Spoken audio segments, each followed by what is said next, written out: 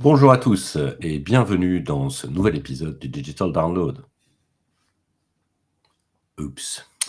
Good afternoon, good morning, and good day, wherever you may be joining us from.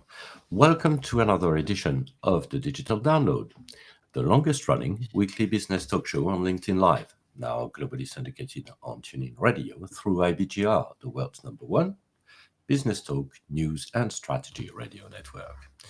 Today on the Digital Download, we are tackling the most frustrating question in sales. Why am I working so hard but getting no results? For this very special edition, I'm joined by Tim Hughes and Adam Gray to discuss why the way you are working hard is most probably the problem. In a totally virtual world, your buyers are not responding to your hard work. They're responding to your value.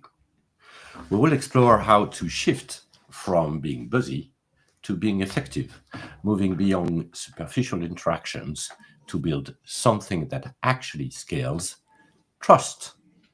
But before we kick off the discussion, let's go around the set and introduce everyone. While we're doing that, why don't you in the audience reach out to a friend, ping them, and have them join us? We strive to make the Digital Download an interactive experience, as you know, and participation is highly encouraged. So, Tim, would you like to kick us off, please? Yes, welcome. My name is Tim Hughes, and I'm the CEO and co-founder of DLA Ignite, and I'm famous for writing the book Social Selling Techniques to Influence Buyers and Changemakers. Excellent, Tim. Thank you for being there today. Adam? Hi, everyone. I'm Adam Gray. I'm Tim's business partner and co-founder of DLA Ignite. And as you press to go live, I've got a new interface. Not seen this before. It says on air at the top. It says on air at the top. Yeah, which is very exciting, isn't it? So it feels like we're first time into this, even though clearly this is the longest weekly business talk show on LinkedIn Live. Excellent. Well, thank you, Adam. So we're this is just the three of us today, which is great because we're gonna have the opportunity, I'm sure, to have some pretty interesting discussions. So, but let's start with a foundational question. So, why activity is the most dangerous and probably laziest KPI in modern sales? Who wants to pick this one? Adam. Yeah. Do you know, it's funny because just this morning I was on a call, a 1 hour call with someone that I know at one of the very large tech companies that in fact lasted 2.5 hours. And this was one of the many things that we were discussing. And anybody that tunes into our content on socials, particularly on LinkedIn, will see we're often talking about this and the fact that the activity that you undertake is often the wrong activity. It's activity that is outdated and based on thinking from 20, 30, 40 years ago. And I think what's really interesting is that often organizations, even organizations that are much younger than that, are hampered by this kind of traditional sales structure. So I'm going to measure you on how busy you are, how many calls you make, how many emails you send, whatever these outbound activities are, rather than measuring you on the stuff that's actually important. So how many conversations are you having? How many deals are you forecasting that you're prepared to put your hand up and say, I guarantee this is going to happen, and how much revenue are you making? And this person was talking about the BDR function. And I've been having a number of conversations with organizations about BDRs within their business. And this particular function within the organization that this person is at, they're in public sector. And they said that the BDRs are so busy sending emails that the company has been universally blocked by a number of NHS trusts for spamming them with emails. And yet it's still a KPI. How many emails am I sending? How am I going to get you onto my cadencing tool and send you these regular emails? And I think what's really interesting about that conversation that I had was that it's absolute proof that when you do the wrong thing, it's not like it doesn't make things better. It actually makes things worse for you. And we know this. If you spam someone and you keep trying to call them, eventually they block you and they tell you that they don't ever want to talk to you again. And now we're seeing that at scale in this particular organization. And it makes them hitting their corporate KPIs more difficult as time goes by. But that's quite interesting, because this is not a sole case. I would say probably, every single conversation I have on that very topic goes exactly into the same direction. We identify our targets, we scrap their mobile phone number, we scrap their email number, and then we put that in a sequence. So, and as you said, we know this is not working. So there's kind of a paradox, because this is not working, but this sounds as by the look of things, this is best practice, or this is seen as best practice, and actually is current practice. But yes, I would say it was probably used by pretty much every single company in the world. And it's interesting because this is the week that the new report from 6th Sense came out about the buying profiles, and I just had a difference of an opinion on LinkedIn with somebody, where they said my thinking was in the past, and so I said, well, in the parallel universe, in sales, that there is this parallel universe where actually sales teams are making their number. And if that means I'm in the past, then it's the side of history that I want to be on, because their solution is just to basically throw more shit at the wall and hope it sticks. Send out more stuff, and this is all based on hope. So if we look at the 6th Sense report, the buyer is now 60-70% of the way through the buying process before they actually talk to a salesperson. It's actually gone from 70 down to 60, but it doesn't really matter.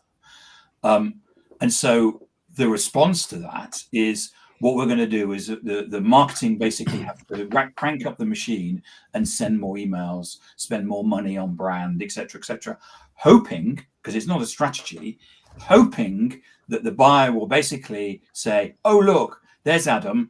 He looks like a decent chap. Let's put him on our shortlist.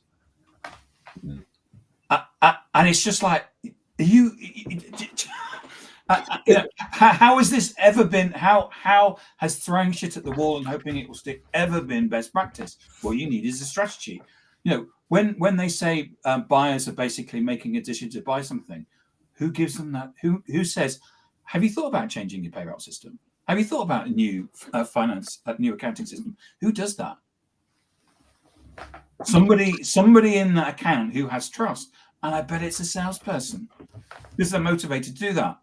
And then what the buyers do is they create a shortlist. So this is the one that we want, number 1, 2, 3, 4, 5, and they go out. They don't get information. They validate the decision. Validate the decision they've already made. Validate the decision. So the salesperson turns up and says, "Have you thought about a new payroll system?" Now, when you're a salesperson, you turn up. If you make calls and send emails, the people will just tell you to piss off, because they're not in market. So there has to be a way of actually going to organizations, building relationships of trust, seeing that you're a strategic advisor, and then they go, yeah, new payroll system, that sounds like good ideas. Ours is really rubbish. Let's go and validate that decision. And by the way, Adam, you're number 1 on the list. I only wish I were, Tim. And it's like, why isn't this best practice? No, but interestingly, so this guy he's worked at a number of large tech organizations, and he's been in the current one for a few years now. And prior to this, he was at an organization that's famous for having an operating system and word processing and spreadsheet tools that many people choose to use. And he said that they used to have 6 monthly deal reviews. So, sorry, 6 monthly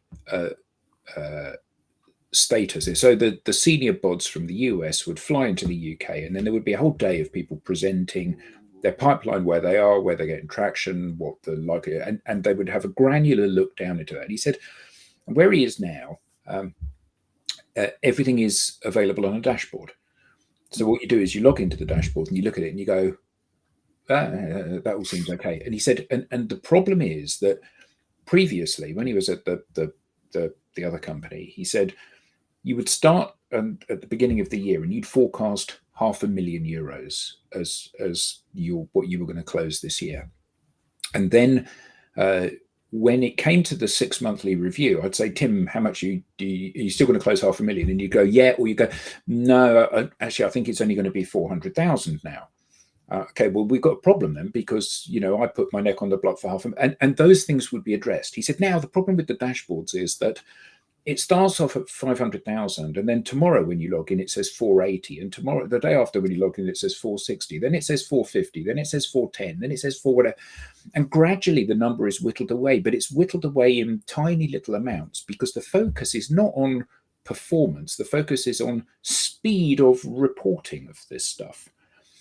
And it was interesting how the conversation with this person developed, because so much of, and we joke about best practice as a company. We say, best practice is basically following what someone else has done and has worked for them. So it's not innovating, it's not getting ahead of the curve, it's literally following in someone else's footsteps. And it seems to give people a lot of confidence to copy somebody else that has had success. But it's fundamentally A, lazy, and B, ineffective as a way of doing things. Like we used to, and we got a call here from Chris early saying, a message rather saying, how much are people failing by not picking up the phone enough as opposed to emailing? Well, picking up the phone is really important. Picking up the phone is a crucial thing to do. However, cold calling is not a good thing to do. As Mark, it's not what elite sales teams do. No, sorry. And the thing that's really interesting is Mark said, I'm blocking after 2 to 3 contacts. Yeah, so absolutely, you're blocking after you've had 2 or 3 cold calls, because it's intrusive, it's in your face, it's like somebody knocking on your door and then jamming their foot in your door and not letting you get away.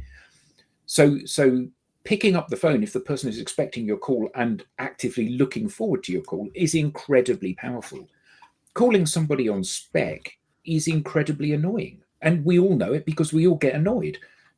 Invariably, when you, Tim, are trying to cold call me, it's just as I'm running out of the door to go and get a train or something. I haven't got time for this stuff. And I think that the issue is that telephone is an incredibly powerful medium, and email is an incredibly powerful medium, but cold is an incredible turnoff. So cold emailing, cold calling is a really bad thing. And unfortunately, one of the key metrics that so often we're charging our salespeople with is this idea that your performance and your success is going to be based on how many emails you send. And it isn't ever. It's absolutely. It's an input. It's not an output. Yeah, it's based on how many emails are read and responded to is the key thing. And in order for, it's like every day, each of us receives 100 emails from people promising us the magic solution to our problem. The reason that I'm going to open your email is because it's you that sent it, not because of what it says. So that's the bit that we need to address. But isn't there a difference, Adam and Tim, between your install base, where you can upsell, cross-sell, and you can say basically the relationship already exists between both companies in B2B. So you've sold once, therefore there is maybe using keeping close to your customers, basically. So calling, emailing, letting newsletters, new capabilities of your product, etc., is relevant versus. So what I'm trying to say is is there a difference between working towards your install base and acquiring new customers? I often don't think there is until much further down the line. We all worked at Oracle, And if you got an email from somebody saying, "Hi, Bertrand, I've been working very closely with John Smith, who's based out of the Miami office and is in the whatever, the cloud computing area of the business. So I wondered if I could have a call with you." You'd say, "I've no idea who the hell you are. I've no idea who the hell he is. Why would I want to talk to you?" So I think that from that perspective, actually, the fact that my company has done business with your company really doesn't hold much weight. I think that what does hold weight is if I manage to build a relationship with you and we're having a conversation and you say to me, "So have you ever worked with a company like us before?" And I say, "Well, actually, I've worked for your company before, but in a different area, and here's what it is." So I'm used to navigating, the sale process within your business. You might go, "Okay, that does carry some weight." And I think that this is the point, isn't it? Relationship, as you always say, Tim, is people by people. It's a relationship based thing. You're not going to believe a word I say until you know who I am.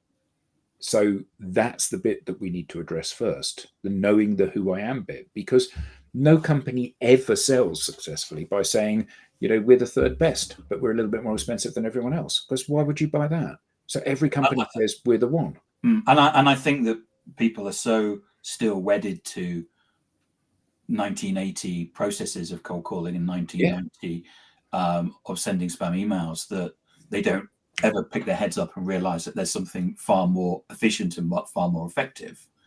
And so, the thing is that we all know this because, I spend 20 minutes a day basically taking spam emails and creating rules so that they and everything stays the same.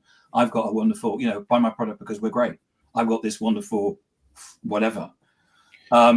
And it's the same. I mean, I don't take cold calls because it's always the people are crooks, and they tried to sell me broadband, and I said, you do realize you'd need to dig up 3/4 of a mile of concrete, and it would cost you £350,000 to basically relay that. They said, yeah, just sign the contract. These people are crooks when they ring it. So we don't take cold calls. So the fact of the matter is we're in this situation where those things are just no longer effective, which is why people are measuring them, because they're having to make more and more and more of them.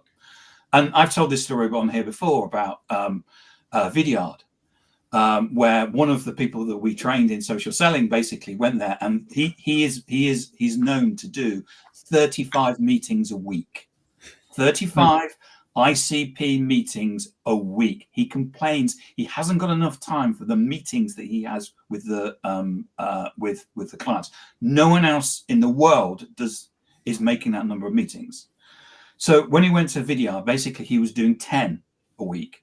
And he said, so that's pretty good. They said, yeah. He said, I still get kicked because I'm not making enough phone calls and sending enough emails. And I said, what does the rest of the sales team, what are they doing? He said, well, they're generally, if they're making one a week, they're doing really well. So here we're in a situation where this person's doing 10. This other person is doing 1. So the person who's doing 1 rings him up and says, what cadence are you using? But cadence, like, no. This is about going out and building relationships and trust, and I can get 10 meetings a week. But they never said, the guy that's doing 10 meetings a week, why don't we see what he's doing? And in the end, basically, he said, I can't be bothered with this. And then they shut the whole of the European arm of Vidyard because of the fact that they were measuring the wrong thing. But you said about the Sixth Sense report coming out, and I wrote a post about this a few days ago. And so the Sixth Sense report has come out, 2025, outlining how buyer behavior has changed, which follows on the Sixth Sense report from 2024 showing that buyer behavior has changed, following CEB and Gartner and Sixth Sense and WPP and PwC and all of these people saying the buyer has moved. The McKinsey say it. Yeah. Completely different way to how they behaved even a decade. So to prove how valid that is, we train people on spin selling from 1998, Medic from 1990, solution selling from 1994, Medpic from 1996, Snap from 2010, and Challenger from 2011, all of which have elements that are still relevant, but largely are outmoded because how people choose to spend their time, how they do their research, and how they discover things is completely different now. So what we need to have a behavior and a strategy which reflects how people behave today, not how they behaved 40 years ago, because it just doesn't make any sense, does it? It doesn't. Sorry. We have a comment from Flo. Hi, Flo. Hi, Flo. Care is an essential component of trust. Trading relationships for Cadence doesn't build care nor trust. No. Well, I think we'll agree with that. But now, if you are a sales rep and you kind of trapped into that environment where you're forced to do things, how can you break free, basically?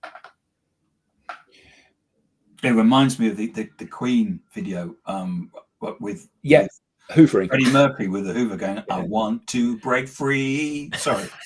Yeah, no, but I mean, you're joking about it, but the reality is that when you are being held to account for particular behaviors that are so embedded in the organization, they come down from the very top, don't they? We want to drive more revenue, therefore you need to make more cold calls and send more emails. And it's just, it's a ludicrous assumption. And there are so many of these anomalies in sales. So, every salesperson wants to fail. Every salesperson wants to fail. Clearly, that's why they go into an ultra competitive area of business, because they want to fail. So what we'll do is, because they're quite perfectly happy sitting at 80%. So what we'll do is we'll increase their quota by 30. And then if they miss it by 20%, they're going to make the number we really need them to get. No, salespeople spend all day being rebuffed and told no by people that they're trying to sell to. It's a really difficult job to do. It's really pressured, and they're working absolutely flat out to try to achieve something. So to assume the way you get better performance is simply by ratcheting it up. Tim, you need to do 10% more cold calls next month. I've known that for 30 years. It's tragic. And it trivializes the role that sales play, which is the most important role in business, because without them, nothing happens. And it also, it assumes that these people are lazy and they just need whipping harder, which is rarely the case. I left an organization because they ratcheted they took my target from 1 to 2 million. I said, it's not physically possible. I said, I'm working 68 hours a week already. Yeah. I said, what do you want? And they said, no, it's everybody's targets go up. I said, okay, right. Why? Yeah. And they lost their top salesman. Yeah. And, it's incredibly sad that it's so short-sighted that leadership within organizations, particularly sales leadership within organizations, don't say, clearly what we're doing isn't working. There's a better way of doing this. So Adam, got a question for you.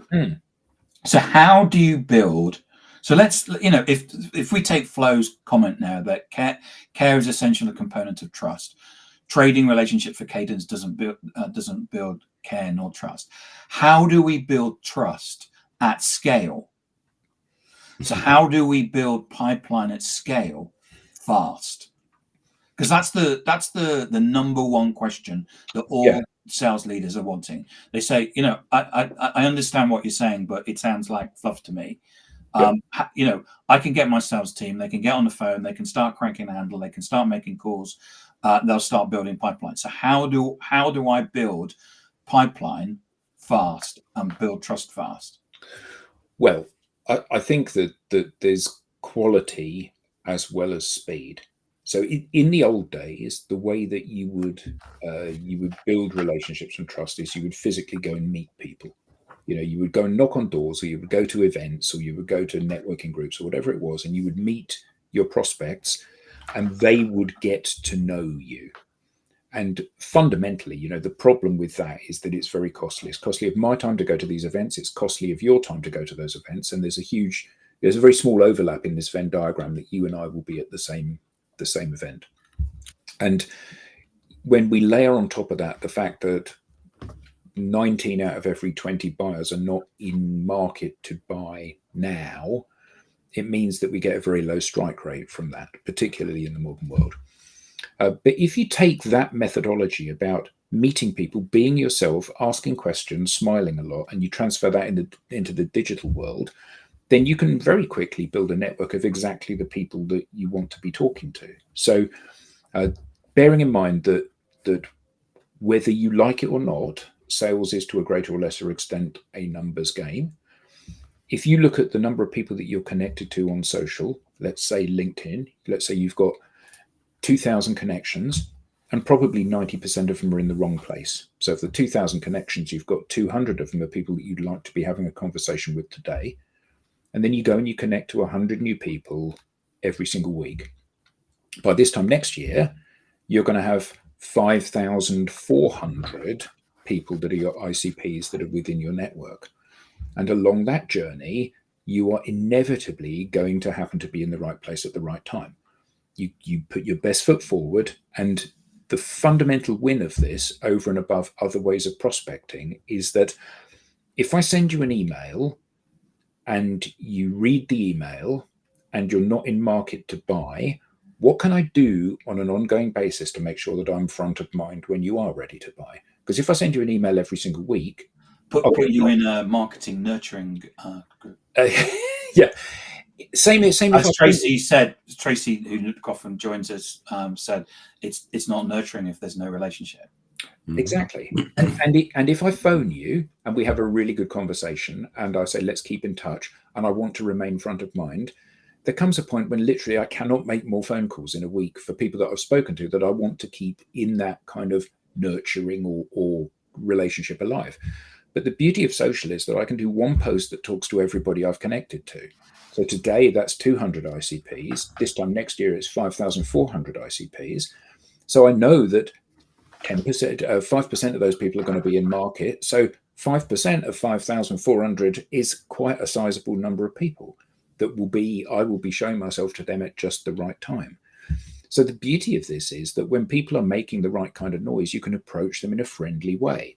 And unlike calling or emailing, if they say now is not the time, it actually doesn't matter because they're already in your network and they're going to continue to be engaged and hopefully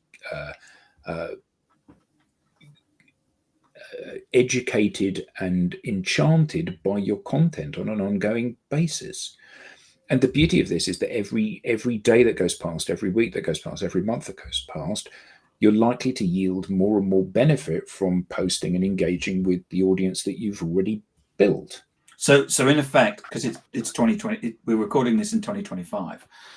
You've got a choice. You can stay in the analog world of cold calling and sending spam, or and going to events and all of that other stuff, or going to events and all of those analog things. Yeah.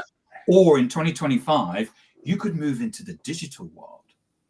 Yeah, and it's not just the fact that you can do it from your own home office. It's the fact that every single person you add to your network is another person that might be consuming your content, is another prospect that you can keep nurturing and keep educating and keep showing yourself to on an ongoing basis. So the post that you did a month ago is not going to be as valuable as the post that you do in a month's time because your network will have been bigger and you will have engaged more people along the journey. So the reason for not doing it, there is no rationale for doing anything other than this today. So there's a couple of things. One is I understand that. So if we're a buyer and we're going out to market, one of the things that we're going to do is we're going to look at the people that we know, like, and trust. Yep. And probably those people are going to be front of mind. I remember Adam, he wrote a really good article about changing payroll systems, about global payroll systems. That was really interesting. I'll go and see what he's like. He looks you up. Now, I got somebody send me a connection request this morning that said, I help CEOs create financial freedom by creating a real estate portfolio.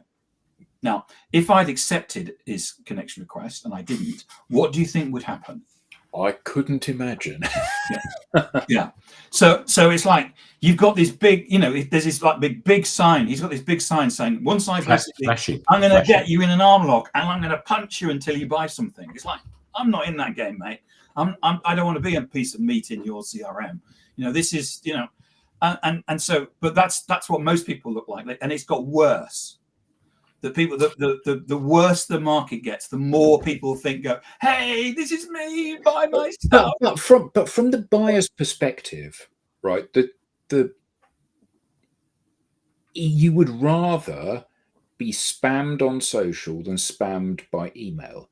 Because if I send you a connection request and you don't like the look of me, you can just go no, and you're not going to see me again. Yeah. I think everyone's a win. Block on social. I can block you. Whereas I know I get these people constantly going, I'm moving it up to the top of your inbox. Like, no, it's just the rules aren't working to get rid of you. Google basically allows certain amount. There's a thing anyway. So the one of the things is you're connecting to people. So if I'm in market or thinking about the really interesting thing about the Sixth Sense is that a person isn't in market until they're 60-70% of the way through the process. So if someone is 40% of the way through the process, they're validating their decision. You phone them up, they say they're not in market. Yeah. So the salesperson says that's a no, even though they're 50% of the way through the buying process. Right. And salesperson probably won't phone them again. And the salesperson won't phone them again because all they do is, do you want to buy? No. Do you want to buy? No. Do you want to buy? Yes. Well, here's a demo. So that's one thing. So when we, as a buyer, when I've come to your LinkedIn profile, what happens is that if I see social proof that you are interesting and you can help me, I will actually invite you into the organization. Because of the fact that in most cases, I know that you know more than I do. So if I'm buying a payroll system, we probably haven't bought one for 15 years. I may have been bought in because I bought one before, but you probably know more about it than I do. I've been out of the cloud market for 10 years. There's a lot that I don't know about cloud. There's a lot I do know. But if I went back to work for Oracle, I'd have to sit there for a couple of weeks, basically listening to people, because they were experts and do it every day. So they would invite you in. So if you're a trusted advisor, you're then on the inside track. Yeah. So there's a number of, so we know that we can go out and forge relationships on social. We know that people can basically come to us. But that's basically seen as inbound, and for many sales leaders, it's kind of not proper sales because it's like inbound. So if I wanted to, so how do I? So if we're thinking about cold calling, how do we basically build and get meetings? So if we take, let's pick a name out of our hat, Jordan. If we take Jordan basically and say he made 35 meetings a week, high quality ICP meetings a week, and we take David Pugsley, who's at Salesforce, who we've talked about before, who's making 7 high quality ICP meetings a week. How are they doing that? No fluff. Yeah. Okay. So what they're doing is they have saved a search for people that are their ideal customer profile. So that will be within target companies, target territories, and a target level within an organization. And they will be connecting at scale to these people, sending every one of them a connection request that says something like, "Hi, Tim, I found you. You look really cool. Is it all right if we connect?" Nothing more than that, because at this point, you don't know me from Adam. So for me to pitch you my products and services makes no sense at this point. And the key thing is in all of this is to basically not be a threat. Exactly. And not to be the guy that says, I help CEOs build a retail portfolio. Yeah. So it's a threat to me. So once someone has connected, you send them a note that says, "Thanks for connecting." and nothing more than that at this stage. Because you're hoping that when you send someone a personalized connection request, they say, oh, I looked at your profile too. That's really cool. Maybe we should have a chat. Great. So they're doing the work for you. You send them a note that says, thanks for connecting. Have a good weekend. And they say, yeah, you have a good weekend too. You say, I will, because I'm going to do such and such this weekend. How about you? And maybe you can get them into a conversation. Maybe you can't. And then you leave it for a while and you say, been connected for a little while now. I would love to have a call with you to hear what it is that you do, because it looks like it's quite interesting stuff. And then your objective is to go on the call to let them talk. Because if I say to you, hi, Tim, can I have a call, please, so I can explain what it is I do? That's very unattractive.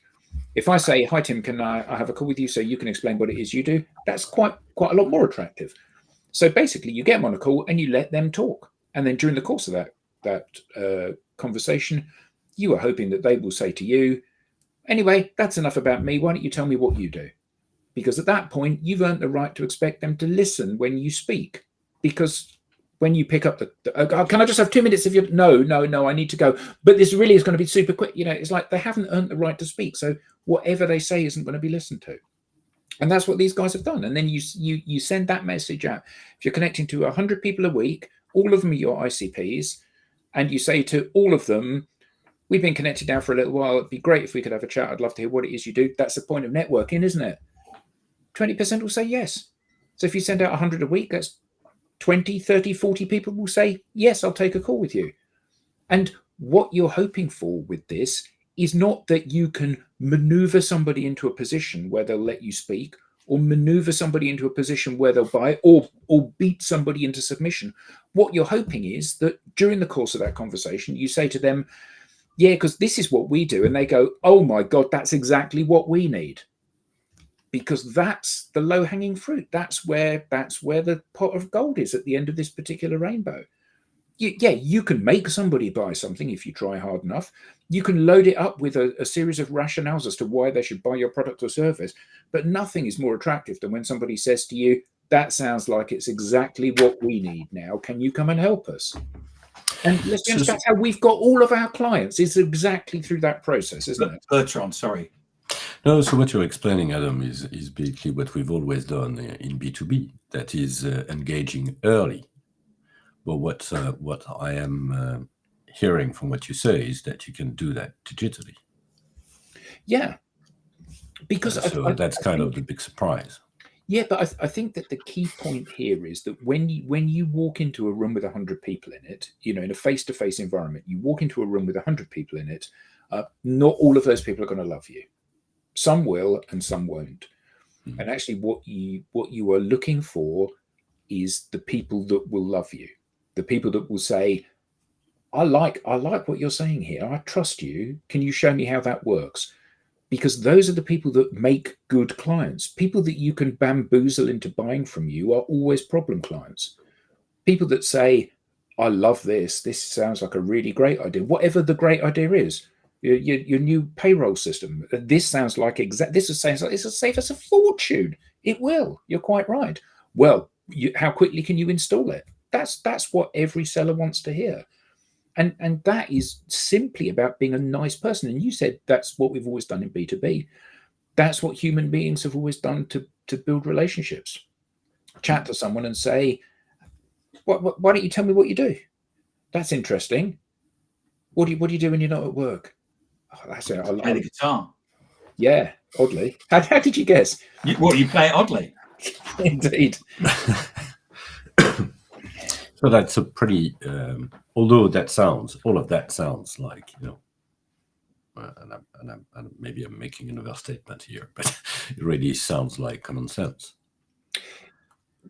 Well, and that's, yeah, that's the funny thing. So I don't know how many times Tim and I have presented, and you now, Bertrand, have presented to organizations and said, to do this is really simple. You create a great personal brand, a great footprint on the internet, and then you do three things. You connect to the people that you want to influence, you engage with the people that you want to influence, and then you publish content about them, content about what you do, and content about who you are. And you publish that on a regular, ongoing basis, and never have we ever got feedback other than, well, yeah, duh, that's so straightforward and obvious. And that's the point. It's easy. Well, no, it's simple, but not easy. So one of the things, though, Adam, is that, and I was talking to an organization, and they said, our CRO said, you're wasting your time. To me, I said, what's that? I said, well, our CRO says that the reason why there's like a global recession, it's because all the salespeople spend all their time playing on social media. Yep. And I said, I agree. Yeah, absolutely. And I said, yeah. And if you stop playing on social media and actually had a process that you follow, change the outcome, a methodology where if you do this, you do this, you do this, you get an outcome rather than. I watched there's a video about creating content that I'm on a LinkedIn creator program, and they said you must watch this program about creating content. And in all the discussions, the person from LinkedIn, and they had all of these customers that they were talking to, they said, "What are you trying out on LinkedIn?" And it's like, okay, I understand that you need to it's great experimenting and trying things out, but the fact of the matter is nobody knew. And it's like, well, actually, we've been doing this for 10 years and we know exactly what you need to do. So you could actually cut out all of that playing around, and just if you just do this, and this, and you know, it would just be so much simpler. But it's like it's like when people talk about, you know, I've hacked the algorithm, I've worked out how to go viral. It's like it's some ploy, it's a Ponzi scheme, isn't it? Where you're hoping that I don't have to do any work and I can get all of the results. And we know from some of the people that we've worked with as trainees over the years that something going viral delivers zero tangible benefit. Yeah, you get lots of views, but views don't pay the bills. Yeah, we were in a presenting to a company the other day, and it came up with what were the not views impressions. Yeah. And we explained to them that impressions, it's not what you think it is. Everyone I got 300,000 impressions, and we explained to them what an impression was, and they went, "That's useless." I said, yeah, it's meaningless. They said, yeah, but that's what our marketing agency. That's a KPI. Yeah, but that's what our marketing agency is. We're paying money to get impressions. I said, yeah, you are. Yeah, and it's completely wasted time. Yeah, it's meaningless. Yeah, and it is really interesting, isn't it? Because so many of these things we're told these are really important. So, you know, you're told that impressions are valuable. You've told that likes are valuable. Now, don't get me wrong, likes are more valuable than impressions, because if it's liked by loads of people, it'll be shown to more people. But it's like, you know, it gets loads of likes. I stare at the phone doesn't ring. Explain to everybody what an impression is.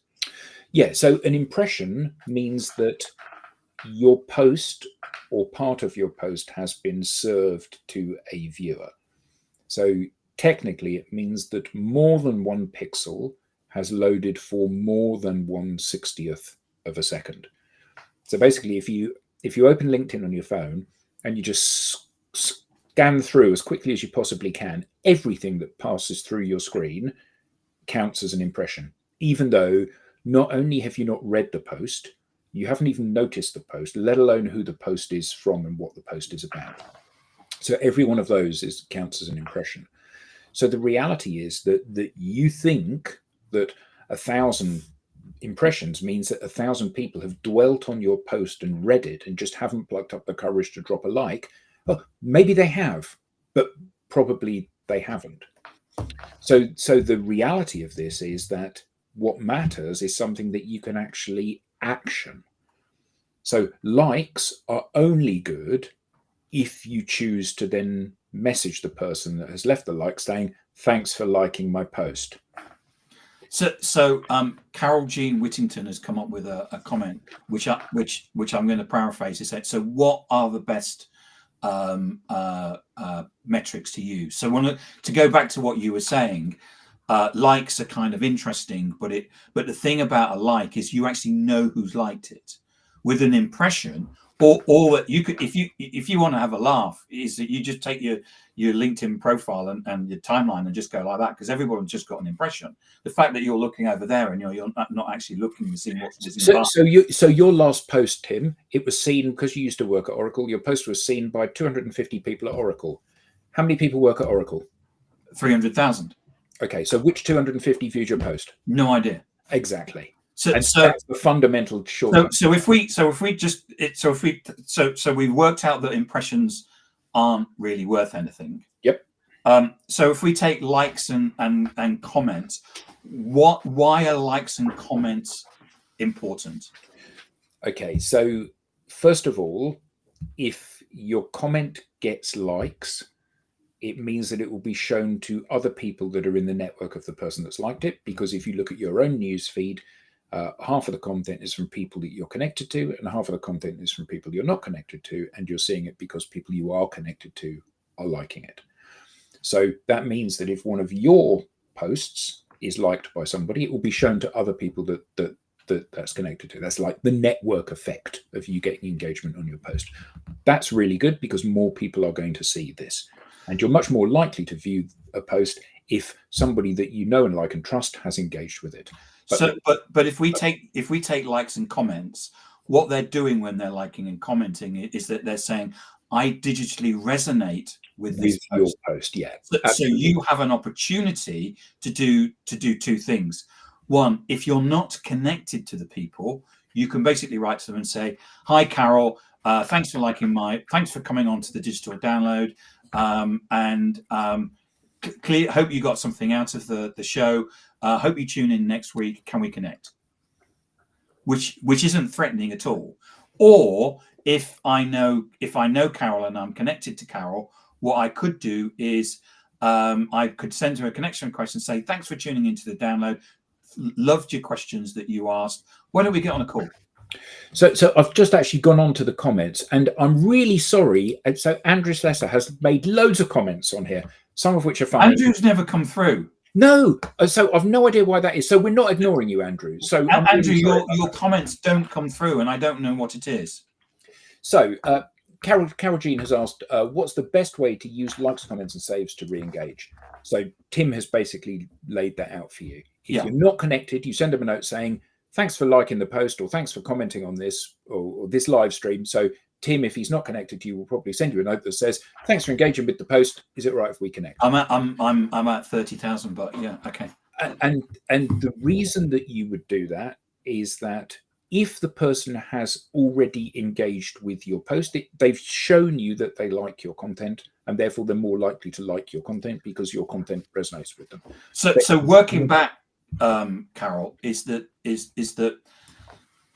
if you put out content which is threatening to me, so this guy that basically sent me a connection request today, I help CEOs create their with real estate.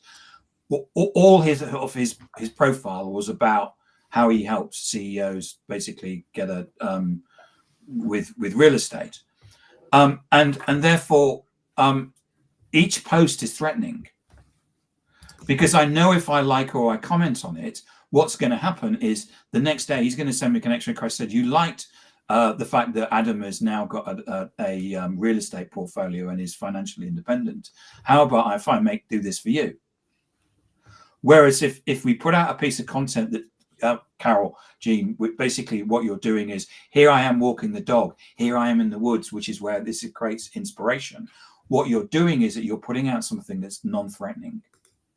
And people will engage with that, like, comment, and then you've got that opportunity to go and have conversations with them. Now, clearly, you've got to there's a number of things that got to be in place. If my friend from financially independent real estate starts putting out, here I am, this is the building that creates me inspiration, I'm unlikely to because I've already read his LinkedIn profile, and I know that he's just going to try and sell me something. So the key thing is that on your LinkedIn profile, it's not about this is what I sell and this is how great I am. This is about here I am windsurfing. This is me and my family. This is really means something to me. What I've got to do is I've got to see something about you and see that as a non-threatening environment. Otherwise, I'm not going to engage. So there are other metrics that I can work through if you want me to pick those off. So we talked earlier on what you need to do in terms of the metrics. So it's from a sales perspective, you should be measuring your salespeople on how many people that they're connecting to. And if there's anybody in sales here, if your sales leadership must be during account reviews or any review at all, you must be looking at the number of people that are connected in an account. And I would say in most deals, if you're not connected to 10 people in the account, there's a risk. So there's a number of connection requests that you're sending out and the percentage of that you're being accepted. If you're not getting an acceptance rate of anything, if your acceptance rate is anything less than 60%, you have a problem. Because you and then you need to be measuring your sorry, Bertrand, are you asking a question or do you want me to do this? No, yeah, well, I wanted to ask a question, but that's okay. Go ahead. Okay. So you've got an opportunity to send 200 connection requests on LinkedIn. That's ample time if in terms of, so you should be sending at least 200 connection requests. You should be getting 60% of those responded to. From that, you should be getting at least 10% meetings. And then also what you need to be measuring is the content that you're putting out, how often you're putting content, and the likes and comments that you're putting out on the content. Because part of that will be down to, if you put something out about here I am in the woods, these create my inspiration, because it's non-threatening, you'll get more comments and more likes, and you've got more opportunity to go and have conversations with people.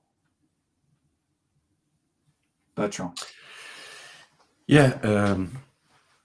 So I wanted to ask one last question before we close and kind of wrap up all of this. So there is obviously a mindset change that you need to go through, right? To move away from, to go back to the basics, I would say, which is, we do business with people we like and trust. So obviously, and what I'm hearing is that we can do that digitally, and especially, for instance, using at scale, yeah, using LinkedIn and at scale. But how do you manage your short-term objective? In knowing that you want to do that change, but you still have the pressure has not disappeared. That's what I mean. So, but I think we're starting. How do you organize the shift? Yeah, we're starting from a place where the bar is set very low. So you call 100 people a day, you get through to one person. Most of those people don't want to talk to you. You send 100 emails, you get no response. So actually, to be orders of magnitude better than that doesn't require you to get very much. There isn't the necessity to get very much traction to achieve that. So the person that I was talking to this morning, they were talking about a BDR function in one of the organizations, and there are 10 people in the BDR function, and over the course of the last 12 months, they set 360 opportunities, 12 of which closed. So basically, one opportunity per rep per year. And the amount of effort required to achieve that, and these are BDR started opportunities, so these are relatively low value opportunities. And so the opportunity exists to fundamentally remap how organizations go to market, recognizing that the things that the activities that they're doing, the activities that are being driven through the organization are not the activities that reflect the modern buyer's desires. And I think that's the key thing. When we're able to map one against the other, buyers want a low pressure, friendly, educational environment where they can learn things that make their lives easier. So if you've been selling accounting systems all your life, Tim, you probably know everything there is to know about accounting systems. Therefore, anybody that works in an organization that wants to know about buying accounting systems and implementing accounting systems and what the value proposition for a good accounting system might be can talk to you, whether they're going to buy your product or not. I can whiteboard an implementation of an accounting system in my sleep. Yeah. And it will be in their sleep as well, probably. Because it's not the most exciting of things. But joking aside, and supply chain, I can do that as well. But you know, the point is that there's a huge amount of value in talking to these people, and I think that you know, so often when you think about how sales is structured, you've got someone who's inexperienced, you know, someone who's young in the BDR function, who's reaching out to senior people to have a conversation with them, and like, what is the value exchange that goes on there? I'm going to phone you up. I don't really know that much about my product. I don't know that much about your business. I'm going to phone you up and I'm going to qualify you in or out. And if I qualify you in, then I'm going to get my colleague, Tim, who's the guy you really should have been speaking to in the first place, and he's going to speak to you. It's like, what incentive is there for the buyer to take that call? Whereas if Tim phones up and says, I'm Mr. Accounting System, any questions you've got, we can have a chat about it. I'll think, actually, what's the worst that can happen? 30 minutes on the phone to him, I might learn something. And probably will. I saw someone yesterday, and there are a couple. When I first started selling, I sold payroll systems, and I've interviewed one on my podcast. But there's somebody else who basically calling themselves a payroll influencer, and I know salespeople that don't understand why their company isn't promoting them in effect as not Kim Kardashian influencers, but people of influence that know their stuff. Yeah, because I mean, Max, who I've interviewed, I mean, he knows so much about. He's 30 and he knows loads about global payroll, and he's non-threatening. So if you wanted to know anything about global payroll, you go to Max. Max is solopreneur, and Max will sell you consultancy. And it's like it's just an easy thing. Well, let's get Max in. Come and talk to us, because he's non-threatening and he knows loads of stuff, and he's Dutch and he's got a great accent and why don't you know? And he's got a name that you can't pronounce, which is why everybody calls him Max. Well, guys, sorry. And Carol Jean, just so you know, you asked about that. You can send 200 connection requests a week. You should be getting a 60% acceptance rate, and I would say you should be getting 20% is a bit high. I would say if you'll get 10% of those people should be accepting to go course. So on the benchmark that we run, we would expect probably about 10% to get calls.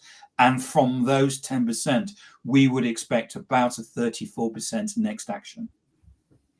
But I think the key thing, Carol Jean, is to remember that if you're not getting those kind of results, it's because something in the process isn't working. So like if you're sending 200 connection requests and 60% of people aren't accepting, maybe more, maybe you might get 90%, but if you're not getting a reasonable acceptance rate on that, it's because either the way you're asking to connect is not right, or the way you appear, so how you've dressed your profile, is not right. And if you address those things, you will get that response. And then when you're asking people for a call, if you're not getting 60% of people saying, yeah, I'll take a call with you, then it's because you're not asking in the right way. Gentlemen, this has been great. I hope Carol has got her answers, at least first level answers from the discussion. Well, thank you very much. That was great. As much as I like the discussion, we've got unfortunately to stop here, but maybe we'll take this back shortly next time. Just before we leave, we have a newsletter. Sorry, Adam, you miscanned the QR. That's so much better. Everything's got better now. Yeah, you should go up, put your hands over the top. Right? You may scan the QR code on screen or visit us at digitaldownload.live/newsletter. Thank you very much, gentlemen. See you next time.